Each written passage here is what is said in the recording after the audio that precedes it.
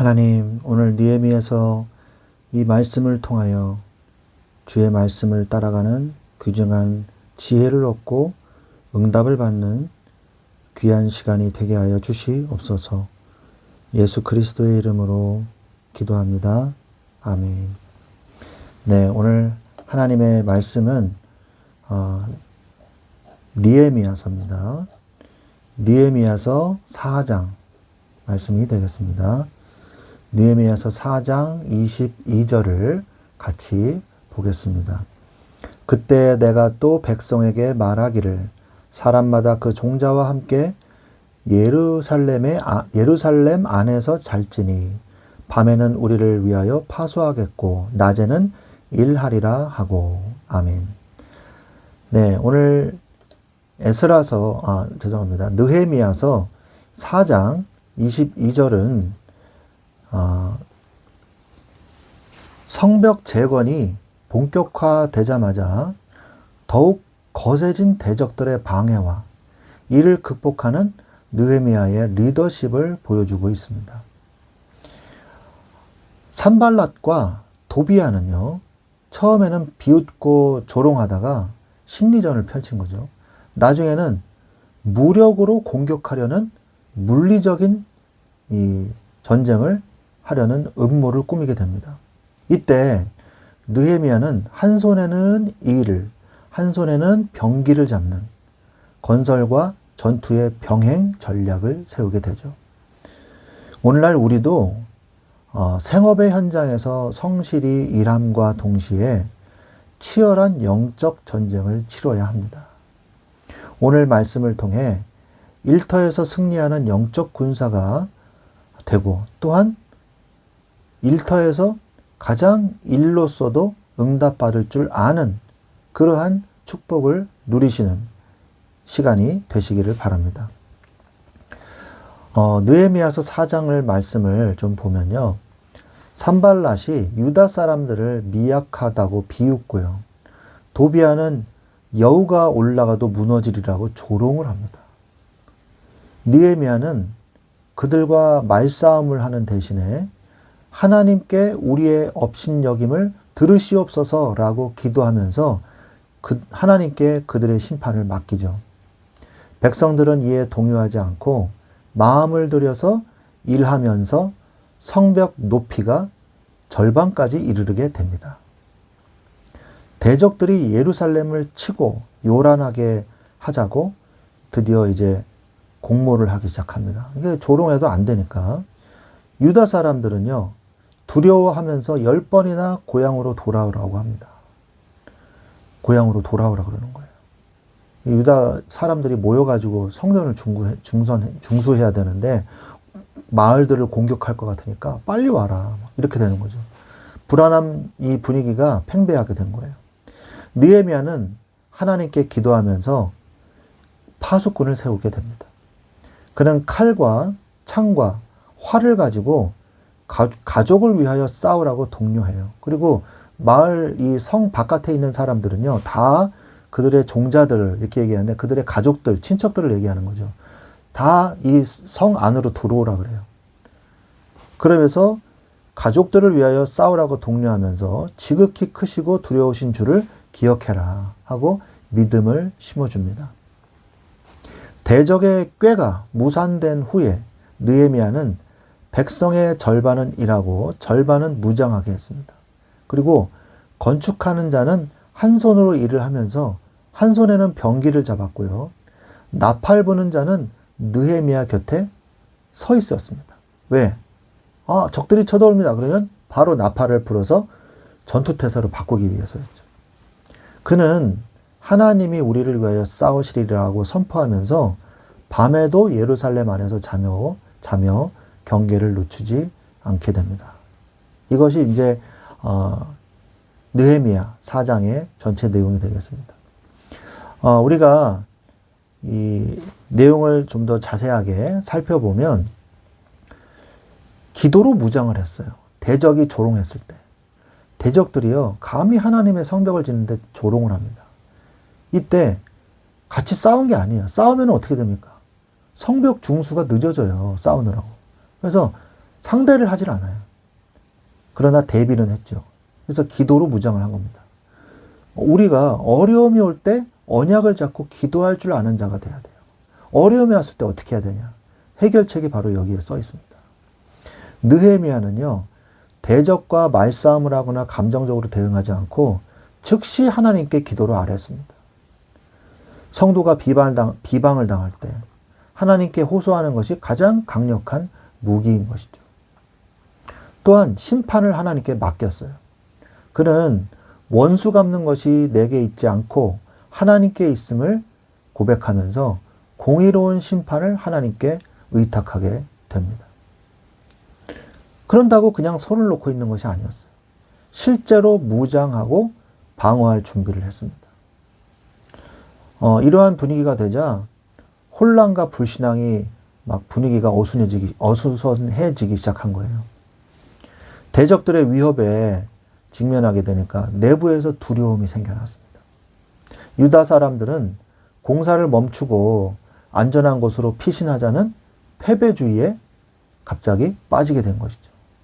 이때 느헤미야는 어떻게 했습니까? 파수꾼을 세워서 경계를 이제 세우게 되는 것입니다. 느헤미야는 기도와 동시에 파수꾼을 세워서 철저하게 대비했어요. 그러면서 백성들에게는 뭐라 그랬냐? 그들을 두려워하지 말라. 오히려 지극히 크신 주를 기억하라. 이렇게 말씀하고 있습니다.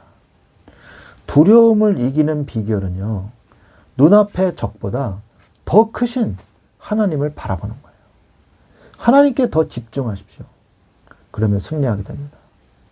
그러면서 느헤미야가 구체적으로 행한 정책이 뭡니까? 일과 전투를 병행시켰어요. 한 손으로는 일을, 한 손에는 병기를 들었습니다. 성도들이 이중사명을 감당한 거예요. 성을 건축하는 자와 짐을 나르는 자는요, 다 각각 한 손으로 일을 하면서 한 손에는 병기를 잡았습니다. 이것이 그리스도의 삶인 것이죠. 우리는 복음의 일을 하면서 동시에 사탄의 공격을 막아낼 믿음의 방패를, 성령의 검을 들어야 하는 것입니다. 또한 나팔을 불라 그랬어요. 일터가 넓기 때문에 나팔 소리를 듣고 즉시 모일 수 있도록 영적 통신망을 구축을 한 거죠. 또한 주야로 경계했어요. 예루살렘 안에서 이 느헤미야는요, 퇴근하지 않고 현장을 지켰습니다. 그리고 이는 영적 긴장을 늦추지 않는 깨어있는 자세를 의미하는 거죠. 그리고 또 뭐라 그럽니까? 하나님이 싸우시리라. 4장 20절에 하나님이 싸우시리라 라고 말씀합니다. 우리가 무장하고 있을 때 실제 승리는 하나님께서 가져다 주십니다. 우리가 오늘 이 내용을 보면서 생업의 현장에서 그러면 나는 어떻게 응답을 받고 어떻게 인도를 받아야 할 것인가 우리가 생각을 해보게 되죠. 영적 싸움을 하십시오. 기도로 힘을 합치세요. 나팔 소리가 딱 들렸을 때 모두가 힘을 합치려고 한 것이잖아요. 기도의 나팔을 드십시오. 그리고 함께 기도로 힘을 합치세요.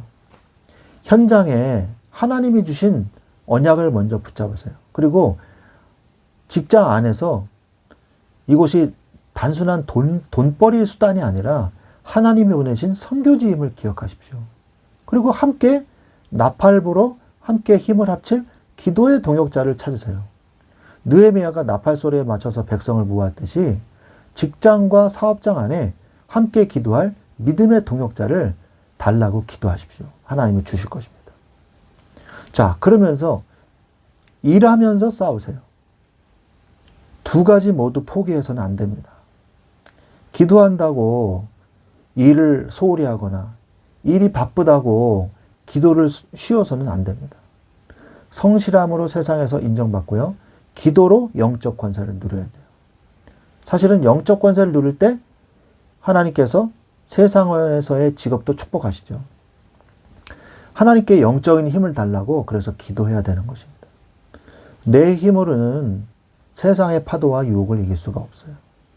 성령의 충만함을 구할 때 세상을 이길 힘도 얻게 되고 직장에서도 인정받는 자가 되는 것이죠. 그래서 현장에서 또한 전문성과 능력을 달라고 기도하십시오. 다니엘이 어떤 응답을 받았나요? 다니엘은요, 최고의 재상이었어요. 세상 왕들도 인정할 수밖에 없는 탁월한 지혜와 전문성을 받았거든요. 그것이 바로 하나님께 영광이 돌려지는 길입니다. 나도 탁월한 하나님의 지혜로 세상을 놀라게 할 만큼 전문성을 달라고 기도하시기 바랍니다. 그리고 하나님께 영광 돌리도록 기도하시기 바랍니다. 하나님의 나라가 임하도록 기도하십시오. 모든 악한 영이 무너질 때, 직장 내의 불의, 시기, 분쟁의 영이 떠나가도록 기도할 때 하나님의 통치가 임하게 되고요. 구원받을 영혼들이 보이기 시작하고 그들이 돌아오게 되는 것입니다. 눈에 보이는 문제와 사건도 응답으로 바뀌는 기적을 체험하게 되는 것이죠. 문제와 사건이 하나님의 응답으로 바뀌는 기적이 나타나는 것입니다. 산발랏의 방해가요, 오히려 이스라엘을 단결시키고요, 공사 속도를 높이게 만들었어요. 영적 싸움에서 승리하면 위기가 곧 기회가 되는 것입니다. 우리 사랑하는 우리 귀한 말씀 충만한 교회, 우리 성도 여러분, 느헤미야와 백성들은 한 손에는 흙을, 한 손에는 창을 들고 성벽을 쌓았습니다.